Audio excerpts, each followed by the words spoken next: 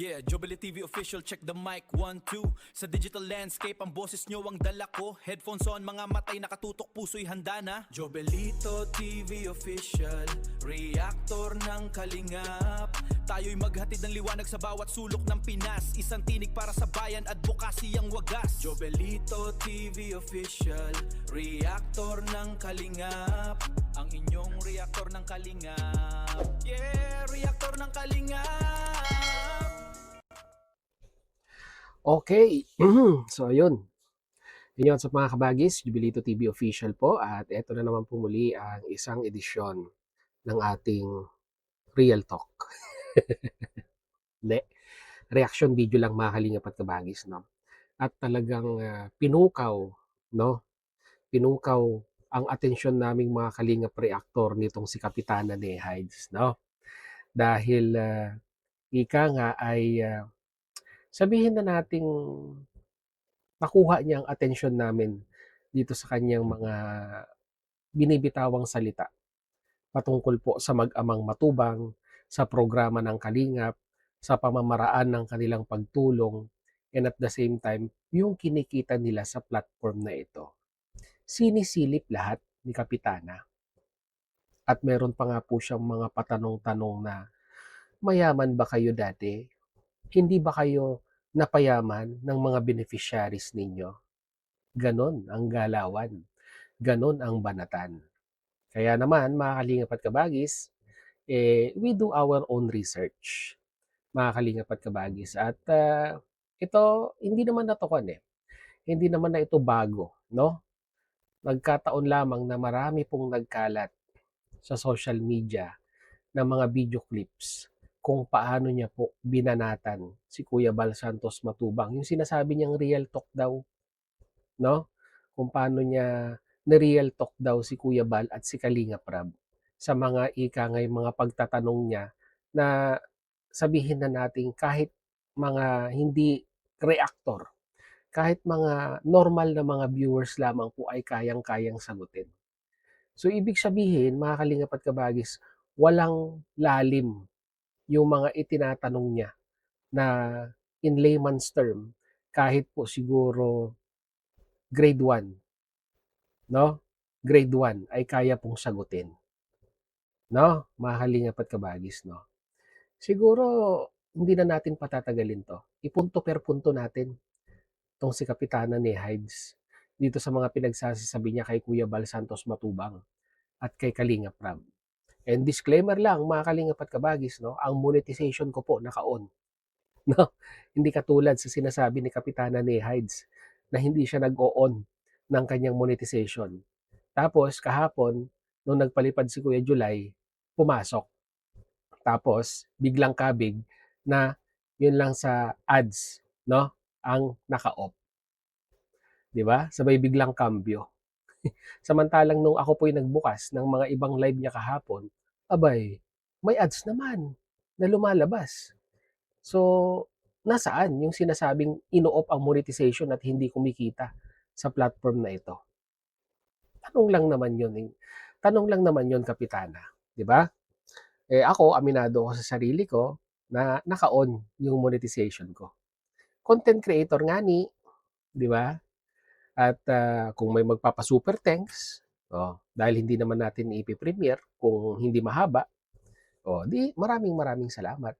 Content creator nga ni, 'di ba? So ito na mga kalingap at kabagis, bago natin simulan, no, sa mga hindi pa nakasubscribe sa ating YouTube channel, ayan, subscribe nyo na po, Jubilito TV Official. At siyempre po, pinaka-importante dyan ay paki-like po ang ating reaction video for today para po sa recommendation at sa algorithm para maganda-ganda naman po ang views ng ating reaction video for today. Kasi nga po, reactor nga ni, content creator nga ni, di ba? Sige na. Huwag na nating patagalin to. Ipunto per punto natin. Ito pong si Kapitana ni Hides. Totoo bang kwanto? Totoo bang kapitana? Or may bali-balita tayo naging kwando po to naging kapitan daw po ito dati, no? Hindi ko lang alam kung anong baryo dahil hindi ko naman alam kung taga saan po ito sa Pilipinas. Pero, di ba? Dala-dala niya pa rin yung titulo niya na Kapitana ni Hides. Ako naman po si Kapitano Jobilito. Pambihira. Okay, simulan na po natin. Ito na. Matanong ko lang yan sa Kalingap, kay Kuya Bal at kay Kalingap Rab. Saan ba gumanda ang Matanong, buhay ano daw, ulitin natin. Matanong ko lang po dyan sa Kalingap kay Kuya Bal at kay Kalingap Rab. Anong kasunod nun? Matanong ko lang yan sa Kalingap, kay Kuya Bal at kay Kalingap Rab. Saan ba gumanda ang buhay niyo? Saan ba gumanda ang buhay nyo? So, meaning to say, si Kapitana ay tinatanong si Kuya Bal at si Kalingap Rab kung saan daw po gumanda ang buhay nila. So, kung hindi mo kilala ang pamilya, Kapitana, mahirap sagutin yan. Kung hindi ka nakapasyal sa daet at nakahalubilo, no, yung matubang family, ay wala kang alam na sagot yan. Ibig sabihin, yung mga salitang mabibitawan mo ay talagang opinion mo lang. Or ika nga'y sabihin na natin, ay siguro, ganito ang buhay nila. 'Di ba? Kasi wala kang basihan. Hindi mo nakilala, hindi mo na-meet, 'di ba? At hindi mo nakausap ng heart to heart. 'Di ba? Yun ang mahirap, mga kalingap at kabagis, no?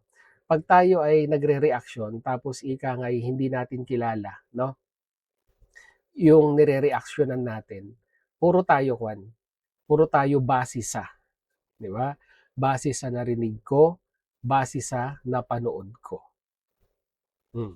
Ako, base sa aking interaction nung tayo po ay nagpadait way back 2 years ago, if I was not mistaken, no? Mga kalingap at kabagis. Kuya Bal, simpleng tao lang yan, Kapitana. Hindi mo nga mapagkakamalangkwan yan eh, no? May mahigit 1 million na subscriber. Simpleng tao lang, 'di ba? Although masasabi natin na, 'di ba, gumanda ang buhay ni Kuya Bal, kasama na po dahil po siya ay isang content creator, naging viral noon, no? Masasabi po nating maganda ang naitulong po ng pagiging isang content creator niya para medyo ma-elevate, no? Ma-elevate po yung kanilang buhay.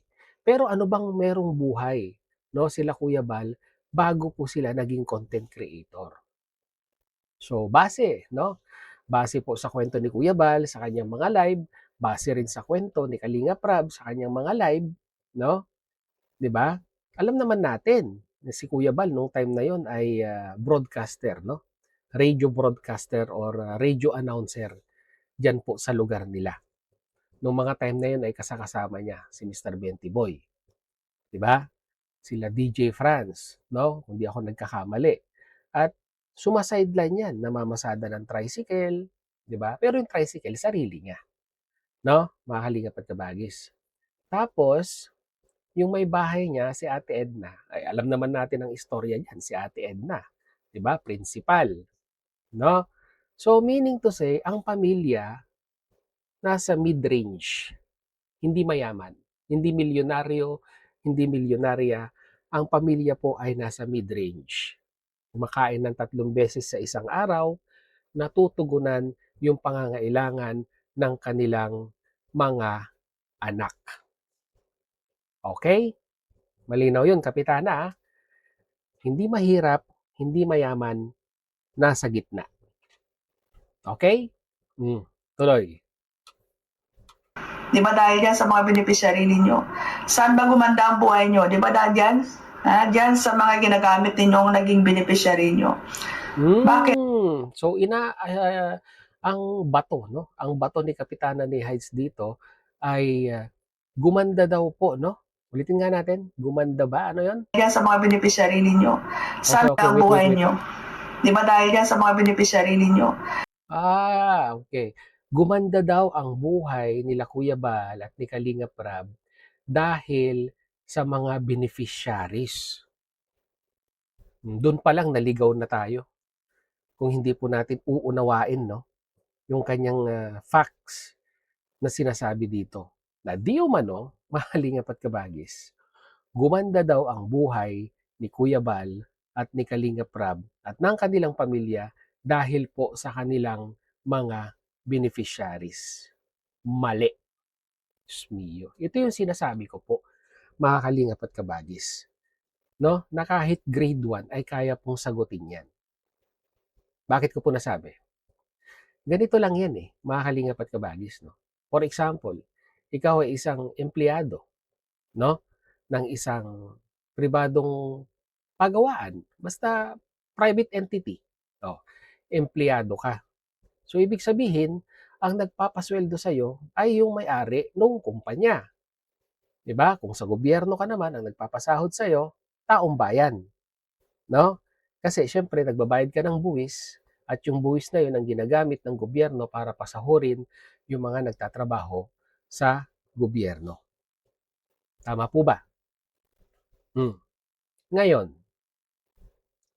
ang pagiging content creator ni Kuya Bal at ni Kalingap Rab is considered na ano?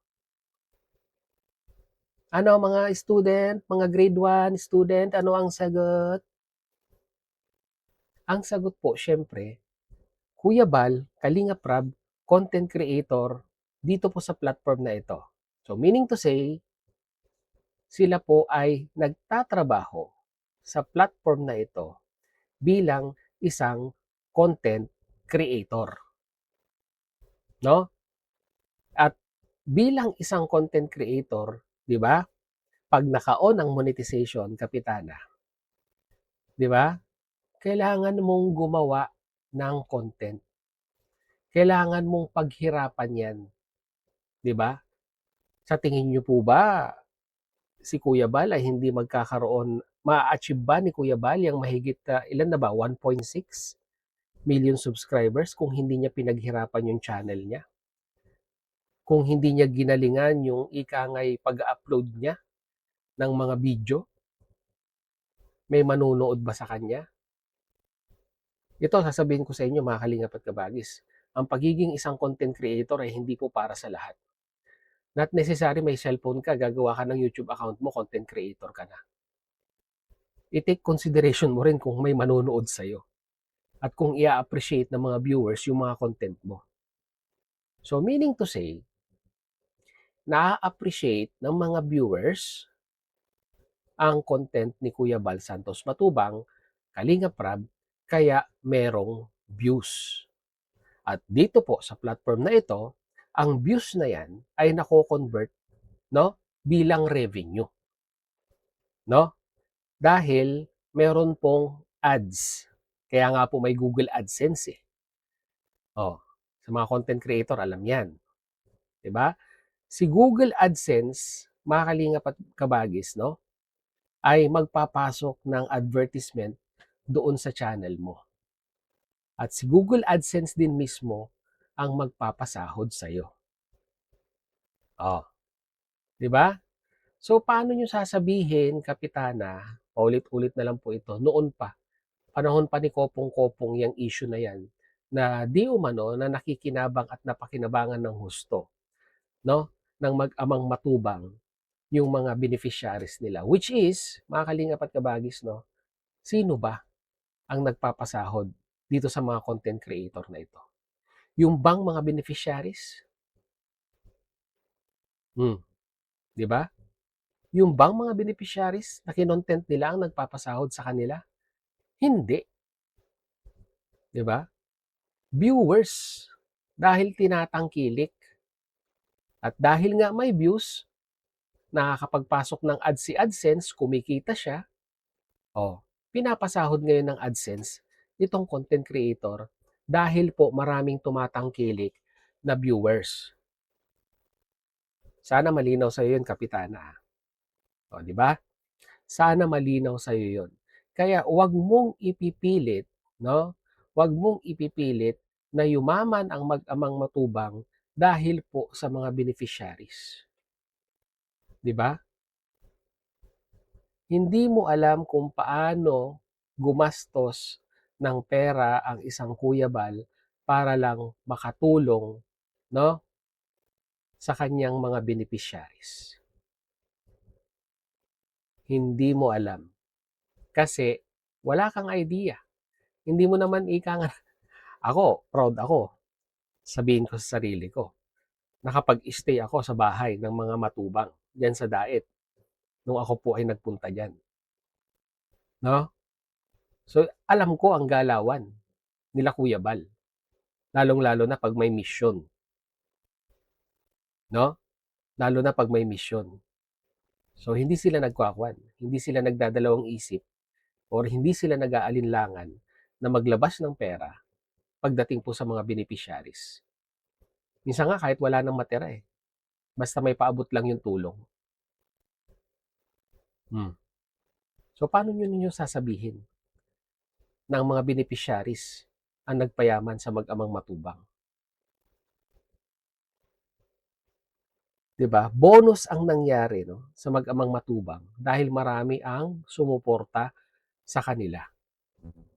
Nakilala sila, sinuportahan sila, gumanda yung revenue nila.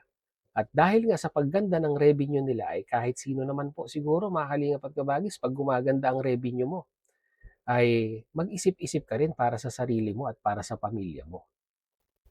'Di ba? Normal lang naman po siguro mga kalingap at kabagis na medyo pag maganda-ganda ang sahod mo sa YouTube ay makakabili ka rin ng pangsarili mo. Makakapagtabi ka rin ng pangsarili mo. Sabi nga po nila mga kalingap at kabagis, meron pong kasabihan, no, na bago ka tumulong sa iba ay tulungan mo muna ang sarili mo. Hmm. Para kasing ang gustong mangyari, mga kalingap at kabagis, no, ay dapat mahirap, dapat pobre itong mga vlogger na ito. At lahat ng kikitain, no, lahat ng mga revenue ay dapat ibigay lahat, no, sa mga beneficiaries. Kumbaga, parang gusto nila mangyari, huwag kayong magtira, ibigay nyo lahat. Kasi charity vlogger kayo. Kawawang charity vlogger naman pag gano'n ang nangyari. Halingap at kabagis. Hindi pa tayo nangangalahati, Kapitana. Sa punto per punto natin dito. Pagpatuloy natin. Saan ba gumanda ang buhay nyo? Di ba dahil dyan? Dyan sa mga ginagamit ninyong naging beneficiary nyo. Bakit? Mayaman ba kayo dati? Di ba? O, di ba? Bakit? Mayaman ba kayo dati? Grabing tanong yan, di ba? Mga kalingap at kabagis. Bakit? Mayaman ba kayo dati? Hindi rin. Diyan din kayo yumaman at diyan din gumanda ang buhay nyo dahil sa mga beneficiary ninyo. Meaning to say, Diyan daw kayo yumaman, no? Diyan daw kayo yumaman sa mga beneficiaries ninyo. Yun yung pinupush nila. No? Yun yung po yung pinupush nila, mga kalingap at kabagis. Kagaya ng paliwanag ko kanina, no, bago pa man sumikat ang mag-amang matubang dito sa social media, ang pamilya ay nasa mid-level, no? Base po sa ating ika nga'y appraisal, no? Base po sa ating ika nga'y pag-analyze, no, sa katayuan po ng kanilang buhay. Hindi pobre, hindi mayaman, nasa gitna lang. At kung ano man yung meron sila ngayon, pero hindi eh. Hindi ko masasabing milyonaryo si Kuya Bal. Hindi po. Uulitin ko kung nakasama niyo si Kuya Bal, hindi ko po masasabing milyonaryo. Mid-range. Maniniwala pa ako. Pero milyonaryo? Ang labo. Hindi ko alam kung may basihan yung sinasabi ni Kapitana ni Hides dito na yumaman. Ano po ba, Kapitana ni Hides, ano ba ang basihan ninyo pag sinabi mong mayaman ang isang tao? Yun na lang ang sagutin mo. Ano ang basihan mo ano ang basihan mo sa isang tao para masabi mong mayaman sila? May kotse? May mamahaling cellphone? Kasi kung ako lang, 'di ba? Kung kotse lang pala ang basihan, edi milyonaryo na ako. Mayaman na ako. Kung cellphone lang pala, kung iPhone 17 Pro Max lang pala ang basihan, milyonaryo na ako kung gano'n, 'di ba? Kaya linawin natin, ano ang basihan, Kapitana? Paano mo masabing ang isang tao ay mayaman or milyonaryo na? O siguro nakikita ni Kapitana si Kuya Bal naka-Fortuner. Alam naman natin yung Fortuner na yan ay regalo, no, ng mga solid supporters ni Kuya Bal. Oh. Ay hindi, Jubilito, may dalawang H100 yan. Si Kuya Bal. Oh, may dalawang H100 yan. Oh, hindi niyo po ba alam ang istorya ng H100? Hulugan po 'yun, no? Hulugan yung unang H100. Oh, nung natapos, kumuha uli ng isang hulugan. So ibig sabihin, may monthly binabayaran na magkano? Mahigit 20,000 si Kuya Bal diyan sa H100 na 'yan. Ay hindi, Jubilito, malaki yung bahay ni Kuya Bal, no? Malaki yung bahay ni Kuya Bal. Hindi niyo po alam na yung kalahati lang ang bahay ni Kuya Bal doon. Res, no? Res, lighthouse, tapos yung mga scholar niya ang nakatira. Ano pang basihan? Ay hindi, maraming lupain, Jubilito, maraming lupain si Kuya Bal. May lupain man si Kuya Bal, oh, yung unang lupain na ibinablog na tinirahan nila Tatay Ruel. 'Di ba alam natin ang istorya doon na ang pinambili doon ay yung ah, nakuha yata ni Ate Edna nung siya po ay nagretiro sa pagiging government teacher, if I was not mistaken. Correct me if I'm wrong na lamang po. Oh, 'di ba? Hindi katas ng kwan yun, hindi katas ng YouTube yun. Oh, kaya nga po halos lahat ng kinikita ni Kuya Bal, 'di ba, ay napupunta lamang po sa pagpapagawa ng bahay, yung caravan ngayon, no? Laking tulong 'yan. Yung barangay caravan, yung nagpapamudmud ng bigas, pagkain, gupit, oh, manicure, pedicure.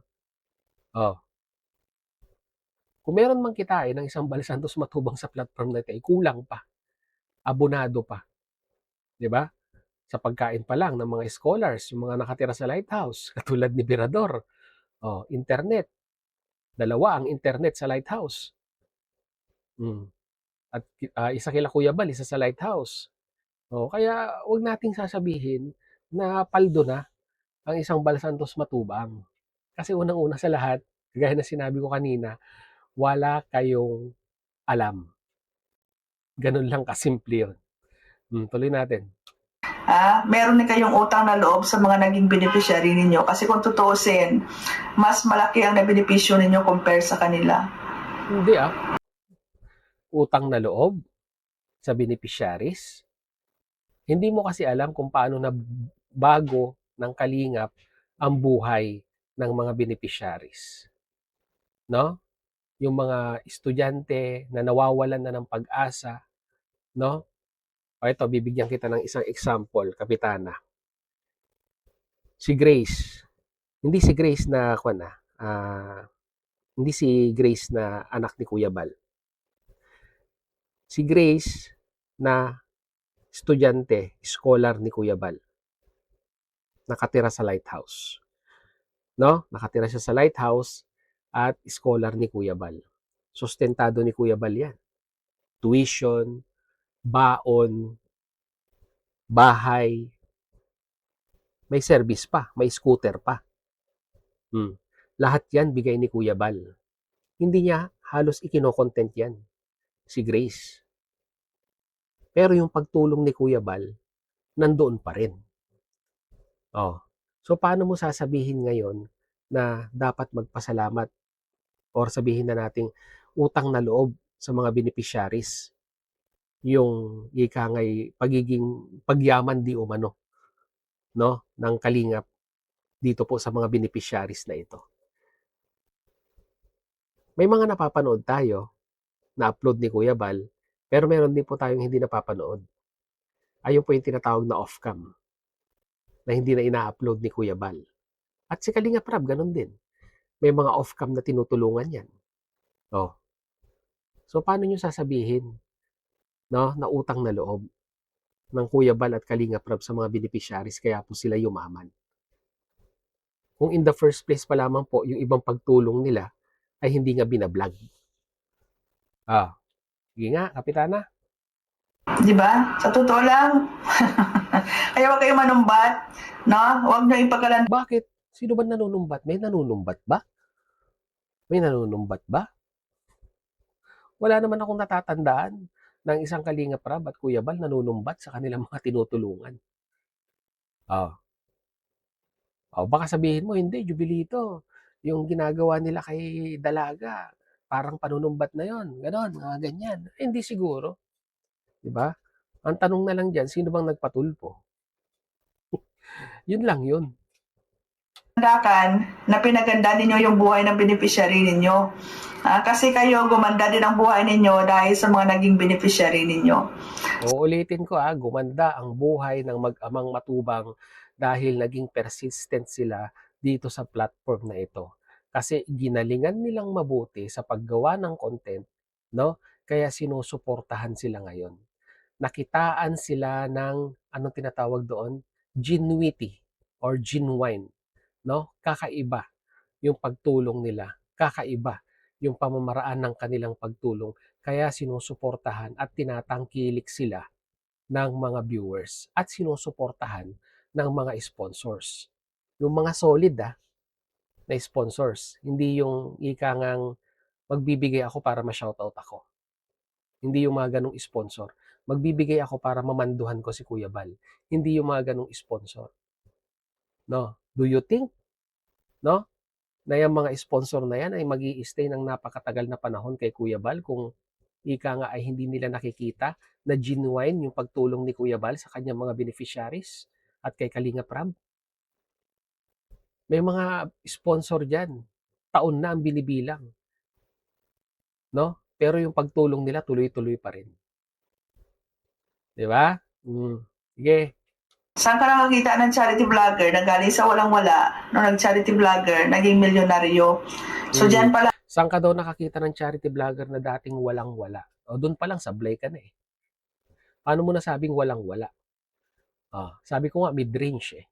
Do you think Kalinga Prab ay makakapag-aral sa isang kilala at pribadong paaralan? No? Tapos nagkaroon siya ng magandang trabaho as an animator sa Maynila kung walang-wala yung pamilya. Tapos ngayon, hindi ko pa rin maisip kung anong basehan mo sa pagiging mayaman or milyonaryo. Kasi kung ang basehan mo lang, uulitin ko ay may sasakyan, may magandang bahay. Bibili na lang pala ako, kukuha na lang pala ako ng hulugang sasakyan para masabing milyonaryo ako. 'Di ba? Yun lang yun. Ganun lang kasimple yun. Lang makikita na natulungan din kayo na naging beneficiary ninyo. Matanong Tulungan din kayo ng mga beneficiaries ninyo. 'Di ba? Do you think, for example, Kapitana, halimbawa, example lang, no? Example lang ito, Ikay naging beneficiaries ng Kalingap, for example. Kinontent ka, no? Kinontent ka ni Kuya Bal, kinontent ka ni Kalingap Prab. Tapos sasabihin ng mga viewers, Kalingap Prab, Kuya Bal, ayaw namin yung kwan na yan, ayaw namin yung kinontent mong yan. Hindi namin susuportahan yan. Hindi namin papanoorin. Do you think magkakaroon ng revenue? Magkakaroon ng views si Kuya Bal kung ganun yung response ng mga supporters niya dahil kinontent ka? Di ba hindi? So meaning to say, ikaw na kinontent ni Kuya Bal at ni Kalinga Prab ay hindi nakatulong sa kanila. Kasi hindi ka sinuportahan ng mga supporters ni Kuya Bal at ni Kalinga Prab. Sample lang yun Sample lang yun. Kaya alam nyo, mga Kalingap at Kabagis, at kay Kapitana na rin, wala naman tayong issue. Pinupunto per punto ko lang yung mga sinasabi mo pa against kay Kuya Bal at kay Kalinga Prab. Unang-una sa lahat, pakisagot ang tanong. Ano ang basehan mo sa salitang mayaman at milyonaryo? Pag nasagot mo ng maayos yan, then wala na tayong ibang pag-uusapan. 'Di ba? Kasi pag nasagot mo yan, doon natin ibabase yung magiging rebuttal natin sa'yo. Kung ano ang basehan mo sa pagiging mayaman, no? Or pagiging isang successful ng isang tao. Gaya na sinabi ko kanina, kotse lang ba? Cellphone lang bang mamahalin ang basehan para masabi mo milyonaryo ka? Dahil kung yun lang ang basehan mo, wala, mababaw. 'Di ba? Mababaw ang basehan mo. At patungkol naman doon sa sinasabi mong dapat ay magpasalamat dahil ika nga ay nakatulong yung mga beneficiaries. 'Di ba? Isipin mo rin, 'di ba? Kung nasaan yung mga beneficiaries ngayon na natulungan ng Kalingap. Do you think kung hindi sila natulungan ng Kalingap ay magiging ganyan, magiging maayos, hindi magiging magkakaroon sila ng bahay, no? Mapag-aaral kung hindi sila ika ngay natulungan ng Kalingap. Kung ano yung buhay nila noon bago sila ma-discover ay malamang sa malamang ay ganun pa rin ang buhay nila. So, hindi ko maintindihan yung logic na dapat kailangan magpasalamat daw dahil doon yumaman. Di ba? Dahil doon daw po yumaman ang mag-amang matubang dahil sa pagko-content sa mga beneficiaries. Hindi yun para sa akin po. Hindi po yun ang dahilan. Masyado lang ginalingan nila Kuya Bal at ni Kalinga Prab ang pagko-content, di ba?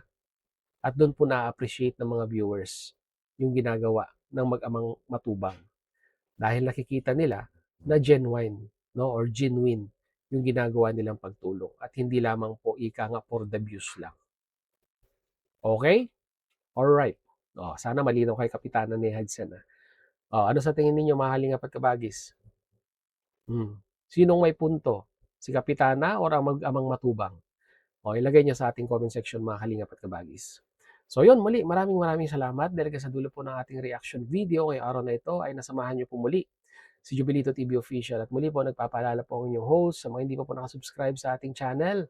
Subscribe nyo na po, Jubilito TV Official. At kung nagustuhan nyo po ang ating reaction video for today, ay paki-like and share na lang po. Okay? So hanggang dito na lang.